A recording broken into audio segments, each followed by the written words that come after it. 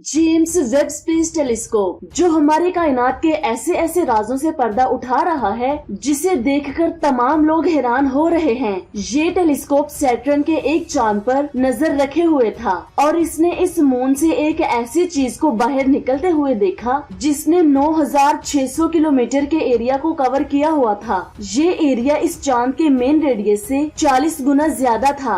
ये सब साइंटिस्ट के लिए हैरान कुन था क्योंकि उन्होंने पहले कभी ऐसी चीज को इस मून के करीब नहीं देखा था। आखिर इस चांद में ऐसा क्या राज छुपा है, आइए ये आज की वीडियो में जानते हैं। एनसेलेडस जो सैटर्न का बहुत छोटा चांद है, इसका डायमीटर 500 किलोमीटर है। साइंटिस्ट के मुताबिक फ्यूचर में हम इंसान इसे कॉलोनाइज कर सकते हैं। फिलहाल हमारे सोलर सिस्टम में सिर्फ 4 ही ऐसी जगह हैं जहां ऐसे मिशन किए जा सकते हैं। पहला हमारी ही जमीन का चांद है और दूसरा मार्स, तीसरा सैटर्न का चांद टाइटन और चौथा एनसेलेडस। साइंटिस्ट के मुताबिक एनसेलेडस की बर्फीली सतह के नीचे लिक्विड वाटर मौजूद है। ये चांद ऐसी जगह पर है जहां सूरज की रोशनी नहीं पहुंच सकती। हीट ना मिलने की वजह से इसका टेम्परेचर बहुत ठंडा होता है। अब आपके जहन में ये सवाल आ सकता है कि अगर एनसेलेडस का टेम्परेचर इतना कम है तो फिर इसके अंदर लिक्विड वाटर मौजूद कैसे हो सकता है। साइंटिस्ट के मुताबिक इस मून के सेंटर में कुछ ऐसे जियोलॉजिकल प्रोसेस चल रहे हैं जिसकी वजह से इसे अपने ही अंदर से हीट रिसीव होती रहती है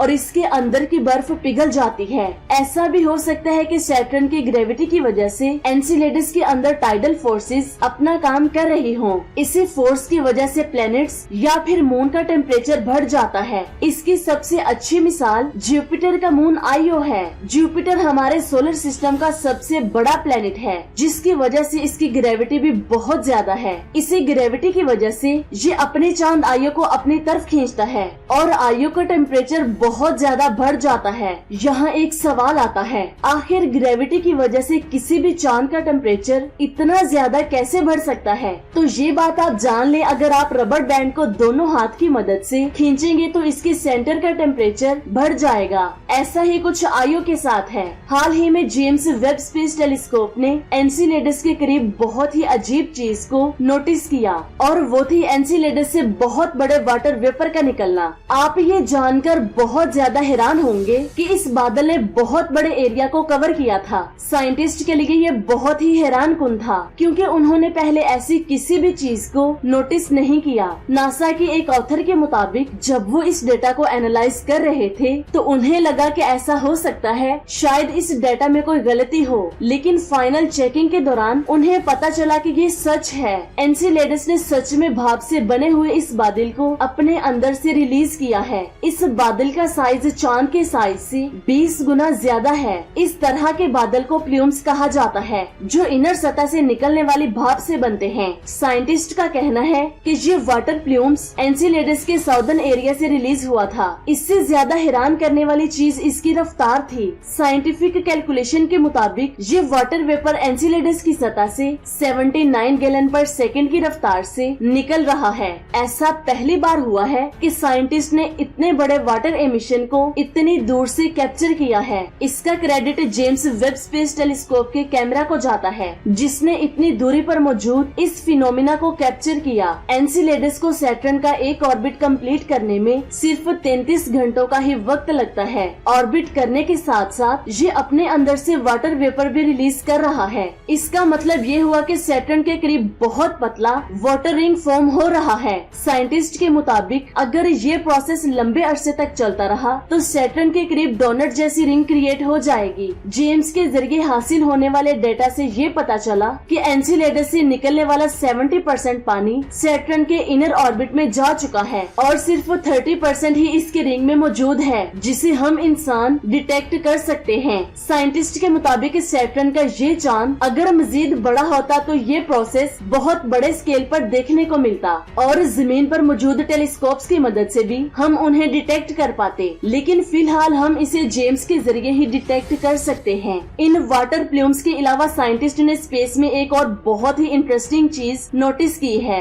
एस्ट्रोनॉमर हमारे सोलर सिस्टम में बहुत ज्यादा रेडिएशन बेल्ट को ऑब्जर्व कर चुके हैं। रेडिएशन बेल्ट उस वक्त बनती है जब किसी ऑब्जेक्ट की मैग्नेटिक फील्ड बहुत ज्यादा स्ट्रॉन्ग होती है, लेकिन कुछ दिन पहले साइंटिस्ट ने इसी फिनोमिना को हमारे सोलर सिस्टम से बाहर डिटेक्ट किया है, जो एस्ट्रोफिजिक्स के लिए बहुत बड़ी अचीवमेंट है, क्योंकि सोलर सिस्टम से बाहर किसी भी चीज को डिस्कवर करना बहुत ज्यादा मुश्किल है। इस बेल्ट को डिस्कवर करने के लिए साइंटिस्ट ने 39 रेडियो डिसेज को इस्तेमाल किया है, जो हवाई से लेकर जर्मन तक फैली हुई है। ये रेडियो डिसेज साइंटिस्ट की बहुत ज्यादा हेल्प करता है, क्योंकि इन्हीं के जरिए वो रेडियो वेव्स को आसानी से डिटेक्ट कर पाते हैं। हमारी कायनात में रेडियो वेव्स बहुत ज्यादा तादाद में मौजूद है, क्योंकि कायनात में मौजूद हर ऑब्जेक्ट इन्हें रिलीज करता है, जिसकी वजह से साइंटिस्ट रेडियो फ्रीक्वेंसी में ज्यादा रिसर्च करते हैं। साइंटिस्ट ने एक अल्ट्रा कोल्ड ड्वार्फ प्लेनेट को सोलर सिस्टम से बाहर डिस्कवर किया है। इस प्लेनेट की सबसे खास बात यह है कि इसकी मैग्नेटिक फील्ड बहुत ज्यादा स्ट्रॉन्ग है। इसी मैग्नेटिक फील्ड में साइंटिस्ट ने high energy electron clouds discover किए हैं।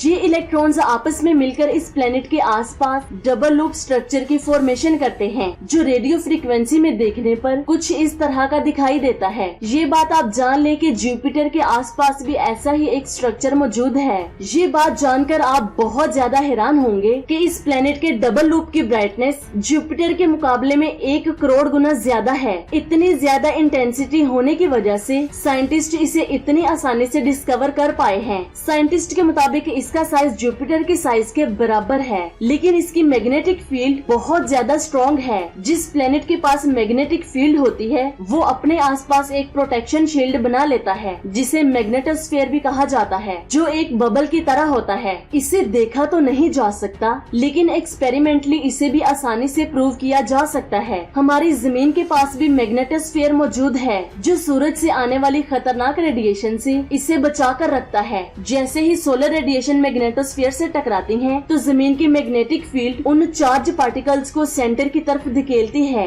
यही चार्ज पार्टिकल्स हमें एरोरास या फिर नॉर्दर्न लाइट की शक्ल में देखने को मिलते हैं। हमारे सोलर सिस्टम में सबसे स्ट्रॉन्ग मैग्नेटिक फील्ड सूरज की है, जो बहुत बड़े मैग्नेटोस्फीयर को बनाती है। ये मैग्नेटोस्फीयर हमारे सोलर सिस्टम को एक बबल की तरह ढके हुए है। साइंटिस्ट ने इस प्लेनेट में भी मैग्नेटोस्फीयर को डिस्कवर किया है। सिर्फ इतना ही नहीं, यहाँ साइंटिस्ट ने एरोरास को भी डिस्कवर किया है। साइंटिस्ट अभी तक ये नहीं समझ सके कि ये प्लेनेट ऐसा क्यों है। आमतौर पर प्लेनेट्स की मैग्नेटिक फील्ड इतनी स्ट्रॉन्ग नहीं होती। ये बात आप जान ले कि प्लेनेट की मैग्नेटिक फील्ड उसके सेंटर पर डिपेंड करती है। अगर प्लेनेट का सेंटर एक्टिव है तो उसमें बहुत ज्यादा पार्टिकल्स की मूवमेंट हो रही है, तो प्लेनेट के पास ऑटोमेटिक एक मैग्नेटिक फील्ड आ जाती है। हमारी जमीन के सेंटर में हाई टेम्परेचर होने की वजह से एटम्स के इलेक्ट्रॉन्स उनसे अलग हो जाते हैं। जब ये इलेक्ट्रॉन्स मूवमेंट करते हैं तो करंट प्रोड्यूस होता है। इसी करंट की मूवमेंट की वजह से मैग्नेटिक फील्ड ओरिजिनेट होती है। सेम ऐसा ही हमारी जमीन के साथ होता है। साइंटिस्ट का कहना है कि ये न्यूली डिस्कवर्ड प्लेनेट एक स्टार भी हो सकता है, क्योंकि इसकी मैग्नेटिक फील्ड